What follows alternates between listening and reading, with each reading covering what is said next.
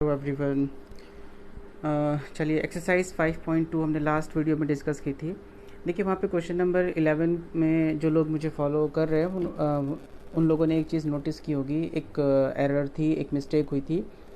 तो वहाँ पे जो 54th टर्म था वो आपका 132 ज़्यादा था। तो हमें क्वेश्चन ये करना था कि कौन सा टर्म ऐसा होगा। तो वहाँ मैंने इसका एक्सपेंशन किया था a+53d एंड +132। तो हाँ, मिस्टेक ये हुई थी कि बाय मिस्टेकनली मेरे से ये चीज़ आगे 54 ली गई थी, है ना। 54d मैंने वहाँ पे लिख लिया था। तो आगे तक हमें 53 डे लेके ही उसको कंटिन्यू करना है, वो 54 नहीं होगा, ठीक है। तो आंसर जो होगा वो अकॉर्डिंग टू 53d के होगा। क्वेश्चन नंबर 11 में ये मिस्टेक हुई थी कि मैंने यहाँ पे 54d यूज़ किया था। तो आज हम एक्सरसाइज 5.3 पे बात करेंगे। तो देखो वहाँ पे हमें डिस्कस क्या करना है, तो सम पे बात करनी है। अभी तक हमने ये सीख लिया कि किसी भी एपी का जो पर्टिकुलर टर्म या फिर जो जनरल टर्म है वो क्या होगा। तो that will be a+n-1 into d, ठीक है। यानी ये एक ऐसा फॉर्मूला है या फिर ये एक ऐसा आइडेंटिटी कार्ड है किसी भी एपी का जो हर एक टर्म शो करेगा फॉर अ पर्टिकुलर एपी, है ना। तो ये एक फॉर्मूला है जो हर एक टर्म जो है एपी के अंदर है वो इसको एग्जिस्ट या इसको शो करेगा। अब देखिए सम का क्या मतलब है। तो मैं यहाँ पे एग्जांपल ले लेता हूँ। लाइक मेरे पास में एक एपी है 1+2+ या पहले इसको एक एपी की फॉर्म देता हूँ। तो that will be 1 2 3 4 and it is going on. ये चलती चली जा रही है। अब आपसे क्वेश्चन किया जाए कि मान लो मैं इसके 50 टर्म उठाऊँ। तो 50 टर्म 1+2+3 और इनको अगर सबको ऐड कर लूँ 4+5 and it is going on up to 50 term. तो इनको ऐड करना, देखो इस केस में तो आप आसान हालांकि मुश्किल तो होगी लेकिन ऐड कर पाओगे। लेकिन जहाँ कहीं बड़ी बड़ी एपी हैं कि डिफरेंस उनके बीच में ज़्यादा हो, तो उस केस में अगर हमें टर्म्स को ऐड करना हो तो हम कैसे करेंगे। तो एपी अगर वो है तो हम उसको बहुत ईजीली वे में उसको ऐड कर सकते हैं। तो यहाँ हम यही डिस्कस करेंगे कि किसी भी एपी के जो nth टर्म है या n टर्म्स है उनका जो सम है वो हमें कैसे कैलकुलेट करना है। तो लाइक ये मैंने एक एपी ली है, मैं आपसे कह रहा हूँ कि इसके जो 50 टर्म्स हैं या मुझे सम बताओ कि सम कितना होगा 50 टर्म्स का। तो सम ऑफ 50 टर्म्स अगर मुझे कैलकुलेट करना है तो ये मैं कैसे करूँगा, ठीक है। तो देखो यहाँ पे एक फॉर्मूला मैं यहाँ पे डिस्कस करूँगा, that will be S N मतलब सम ऑफ n टर्म्स। ये फॉर्मूला है n/2 a+l। देखो इस मेन फार्मूला यही है, ठीक है। ये फार्मूला क्या कहता है कि अगर आपको सम निकालना है किसी भी पर्टिकुलर एपी का, तो n मतलब कितने टर्म्स का आपको निकालना है। उस एपी का आपको फर्स्ट टर्म पता होना चाहिए। तो जैसे इस केस में पता चल गया कि फर्स्ट टर्म इज़ 1, आपको लास्ट टर्म पता होना चाहिए डेट इज़ 50। तो यानी आप सम कैसे निकाल सकते हो, जैसे मैंने कहा था कि 50 टर्म्स का सम निकालिए, तो n की जगह आप लिख दोगे 50। तो 50/2 एंड हमारा जो फर्स्ट टर्म है वो कितना है 1, लास्ट टर्म है वो कितना है 50। तो इजीली आप जब इसको सॉल्व कर लोगे यानी 50/2 इंटू 51, यहाँ से जो आंसर आएगा वो इनके 50 टर्म्स का आंसर होगा। देखो कितनी इजीली वे से हमने कैलकुलेट कर लिया। बाकी अगर हम इसको ऐड करते 1+2+3 तो एक बड़ा एक रिस्क, एक काफ़ी लेंथी टास्क आपका हो जाता। तो अब क्वेश्चन ये है, तो ये बात समझ में आ गई कि first term plus last term add करना है इंटू n/2। तो यहाँ जो पूरी चीज़ आपको नज़र आएगी वो हमें सब मिल जाएगा। अब मान लीजिए आपको एपी ऐसी दी गई जहाँ पे हमें लास्ट टर्म नहीं पता। इसी क्वेश्चन को अगर मैं इस फॉर्मेट में एज्यूम कर लूँ कि I have a AP like 3+6+k 9 और ये चलती चली जा रही है। और मैं आपसे कहूँ कि मुझे ये बताइए कि 100th टर्म जो है, जो 100वां टर्म, अगर 100 टर्म तक ये एपी चलती है तो उसका सम क्या होगा। तो देखो आपको ये नहीं बताया कि लास्ट टर्म क्या है, ये आपसे छुपा लिया गया, ठीक है। तो अब उस केस में फॉर्मूला क्या होगा, तो हम यहाँ तो ये चीज़ क्योंकि हमें एल तो पता नहीं है, तो देखो फॉर्मूला यही है। लेकिन मैं इसी से लेकर आपको ड्राइव कर देता हूँ कि नई चीज़ या फिर जो नया फॉर्मूला इसमें हम यूज़ करेंगे तो वो क्या है। देखो मैंने आपको बताया कि जो फॉर्मूला है सम निकालने का एपी का वो क्या है n/2 and first term plus के लास्ट टर्म, ठीक है। देखो लास्ट टर्म को मैं an भी कह सकता हूँ, एक ही बात है। क्योंकि ए एन मतलब उसके अंदर जो टोटल नंबर ऑफ टर्म है, तो उन टर्म में जो सबसे लास्ट टर्म है वो टर्म, तो उसको हम ए एन भी कह सकते हैं। ठीक है, नाउ ए पी के कॉन्सेप्ट से आपको पता है कि इस ए एन की जो वैल्यू होगी, इस ए एन की जो वैल्यू होगी वो किसके इक्वल होगी, इस चीज़ के इक्वल होगी, यानी ए प्लस एन माइनस के 1 इंटू डी। ठीक है, नाउ यहाँ से क्या चीज़ हमें मिल जाएगी, एन अपॉन टू, देखो ए कितनी टाइम्स आ गया, 2 बार, तो 2a प्लस एन माइनस के 1 इंटू डी। तो ये एक इम्पॉर्टेंट फार्मूला हमने जनरेट कर लिया इसी की हेल्प से। तो ये फार्मूला क्या कहता है कि अगर आपको फर्स्ट टर्म और उसका कॉमन डिफरेंस पता है, अगर आपको ये पता है कि आपको कितने नंबर का टर्म सम निकालना है, अगर आपको ये पता है कि उस एपी का फर्स्ट टर्म क्या है, अगर आपको ये पता है कि कॉमन डिफरेंस उस एपी का कितना है, तो आप सम को ईजिली कैलकुलेट कर सकते हो। तो ये फार्मूला आप कहीं भी इम्प्लीमेंट कर सकते हो। ये फार्मूला हम जब वहीं यूज़ करेंगे जहाँ हमें लास्ट टर्म पता होगा, आया ये फार्मूला यहीं से है। तो आई होप कि ये बात आपको समझ में आई होगी। इस फॉर्मूले को आपने बार बार मतलब प्रैक्टिस करके समझना भी है और इसको याद भी रखना है। अब देखो कुछ क्वेश्चंस पे हम इसको अप्लाई करते हैं एनसीईआरटी के।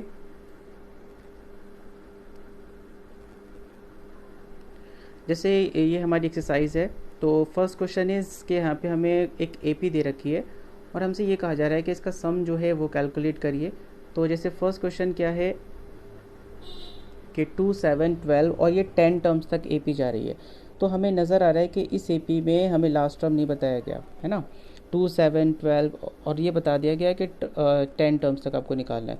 तो पहले ये देखो इसमें गिवन क्या है। तो गिवन सबसे पहली चीज़ एन हमें बता दिया कि एन जो है वो आपका 10 है, 10 टर्म्स तक हमें सब निकालना है। तो हमें फर्स्ट टर्म पता है इस एपी का, तो फर्स्ट टर्म इज़ 2। ठीक है, हम इसका डिफरेंस निकाल सकते हैं। तो डिफरेंस कितना हो जाएगा, बाद वाले में से पहले वाले को माइनस कर दो, तो 7 माइनस के 2 डेट इज़ 5। ठीक, अब लास्ट टर्म हमें नहीं पता तो कोई बात नहीं, हमें ऐसा फॉर्मूला भी पता है जहाँ हमें लास्ट टर्म ना भी पता हो तो हम सब निकाल सकते हैं। तो क्या है वो formula, S N equals to n upon two 2a plus n minus के 1 इंटू डी। ठीक है, नाउ यहाँ पे देखो एस एन, एन का मतलब क्या था 10, तो मतलब जो सम ऑफ 10 टर्म्स होगा वो क्या किसके इक्वल होगा, एन की जगह आप 10 प्लेस कर दोगे तो 10/2। ए की जगह आपने यहाँ पे कितना रखना है, 2 रखना है क्योंकि इस एपी में a2 है, plus 10 is sorry n is 10, तो यानी 10 माइनस के 1 एंड डिफरेंस इज़ 5।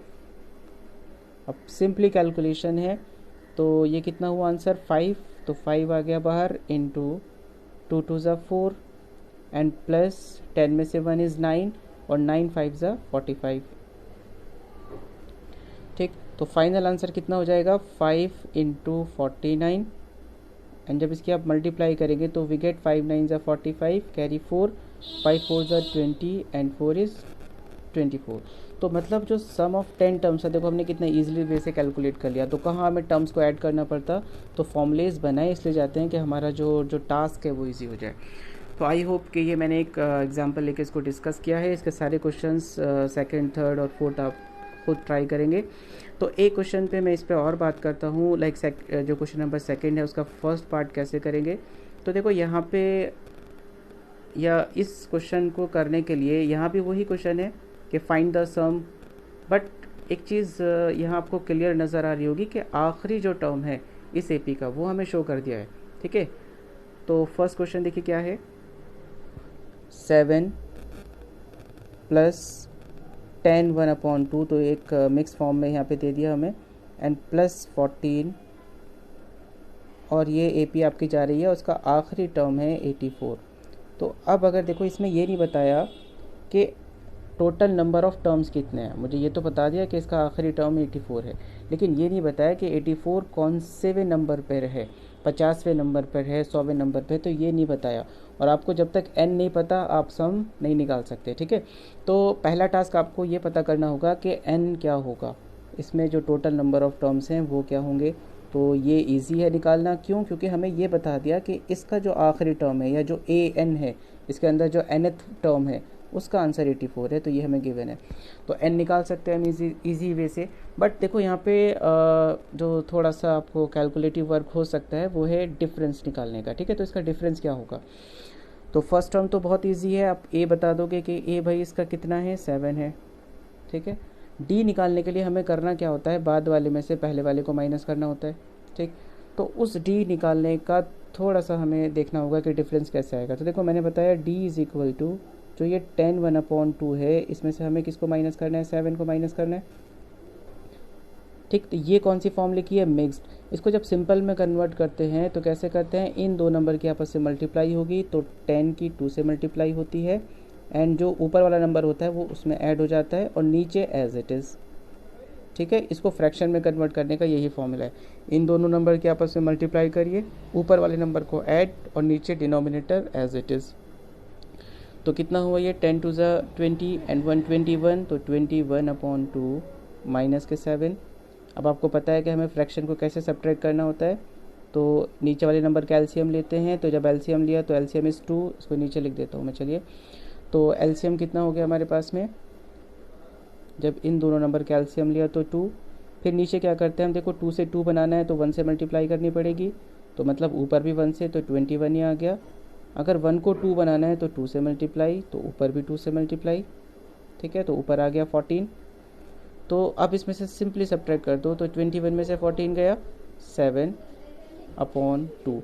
तो हमने डिफरेंस जो है वो कैलकुलेट कर लिया कि इस एपी का जो डी होगा, जो डिफरेंस होगा वो हमारे पास में होगा 7/2। अब देखिए अगर हमें n नहीं पता तो हम इसका सम नहीं कैलकुलेट कर सकते, ठीक है। तो n पे हम या n को हम कैसे कैलकुलेट करेंगे, तो यहाँ पे आपको पहले nth टर्म का फॉर्मूला यूज़ करना पड़ेगा n को कैलकुलेट करने के लिए।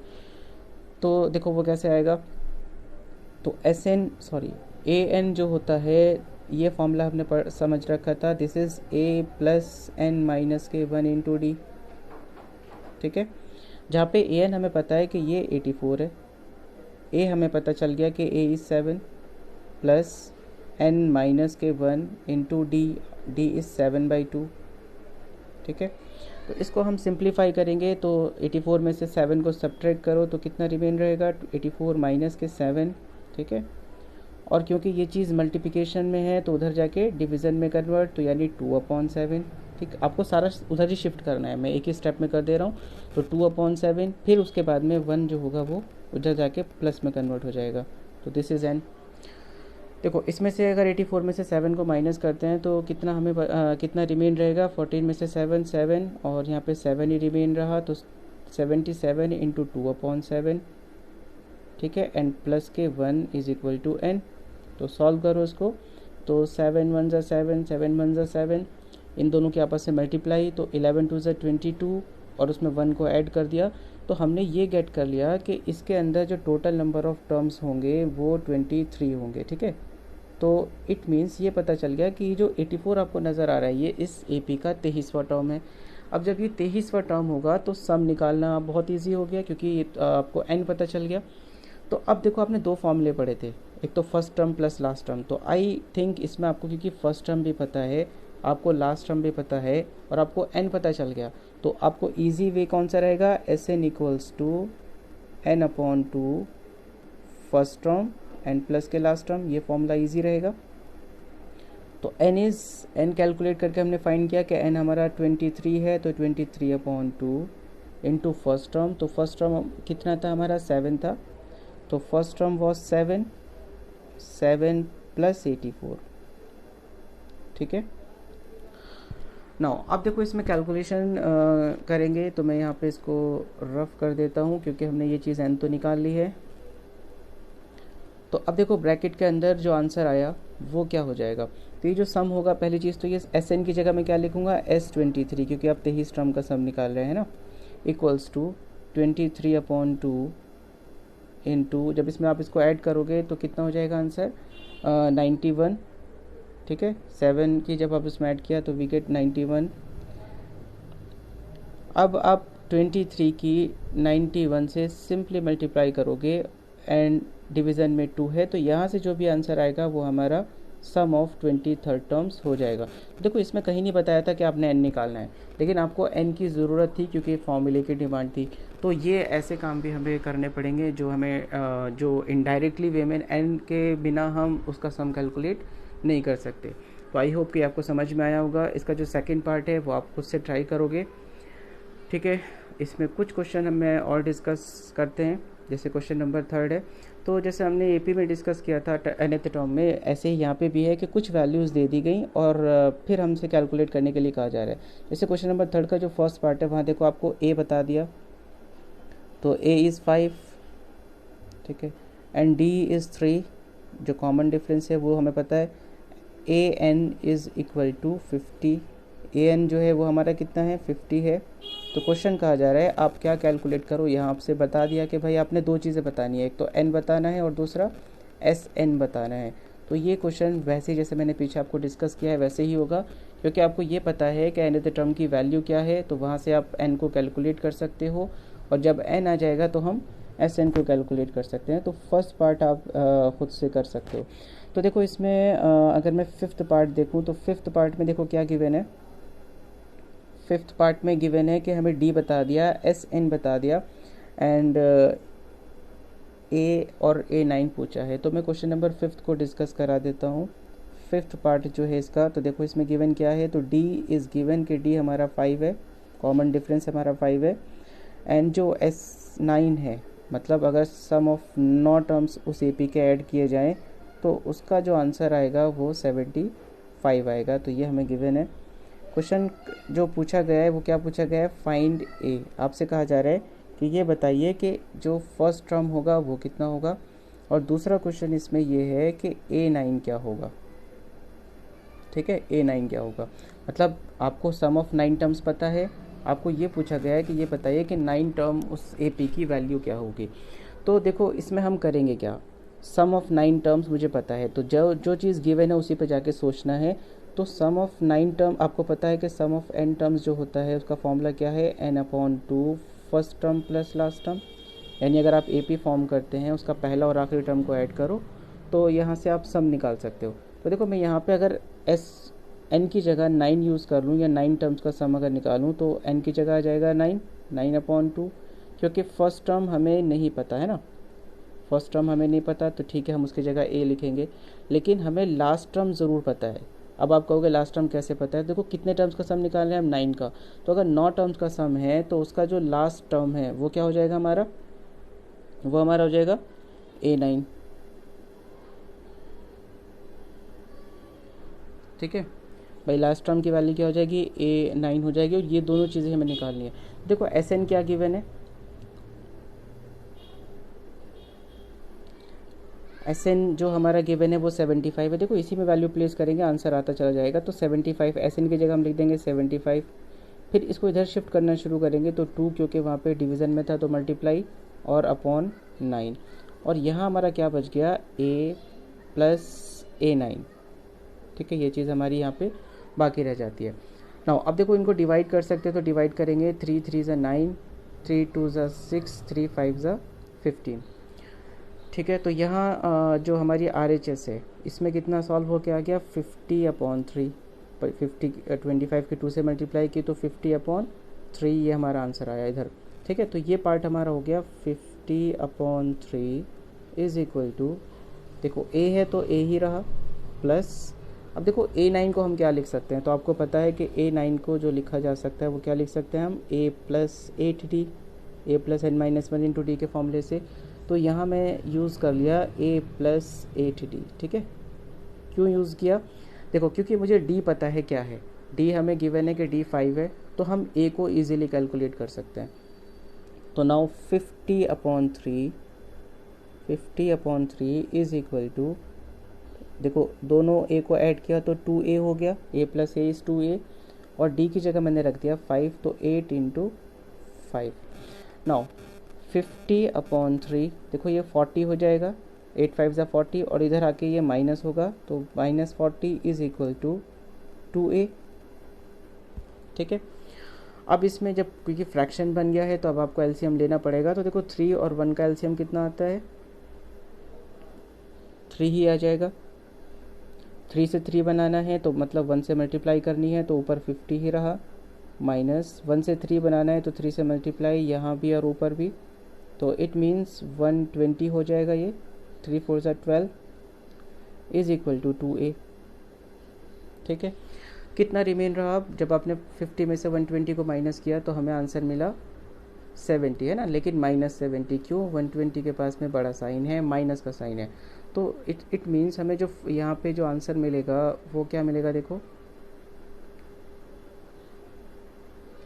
तो यहाँ हमें जो आंसर मिलेगा वो हो जाएगा माइनस के 70/3, है ना। तो इट मीन्स इसको मैं यहाँ से यहाँ सॉल्व कर रहा हूँ, तो ये हो गया हमारा माइनस के 70/3 इज इक्वल टू 2a। अब क्योंकि हमें तो a कैलकुलेट करना था, तो a अगर कैलकुलेट करना है तो 2 को डिवीज़न में भेजना पड़ेगा, तो माइनस के 70/3 into 2 this is equal to a, ठीक है। तो यहाँ हम 2 से इसको कैंसिल कर सकते हैं, 2 3 ज़ा 6, 2 5 ज़ा 10, तो मतलब जो फर्स्ट टर्म आया हमारा, देखो 3 तो नहीं कैंसिल हुआ, 2 कैंसिल हुआ है, तो 3 एज इट इज़ रहेगा।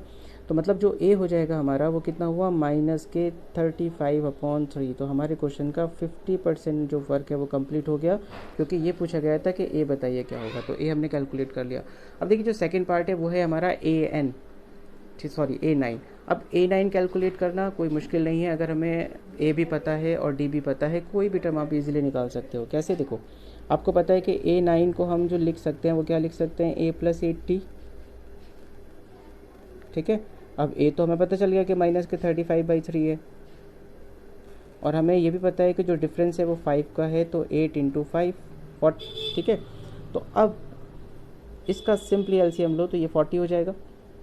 तो फिर उसके बाद में एलसीएम इज 3, माइनस के 35, क्योंकि 3 से 3 बनाना है तो 1 से मल्टीप्लाई, 1 से 3 बनाना है तो 3 से मल्टीप्लाई, वही 3 ऊपर जाएगा, तो फिर यहाँ पे आंसर कितना आ गया आपका 120,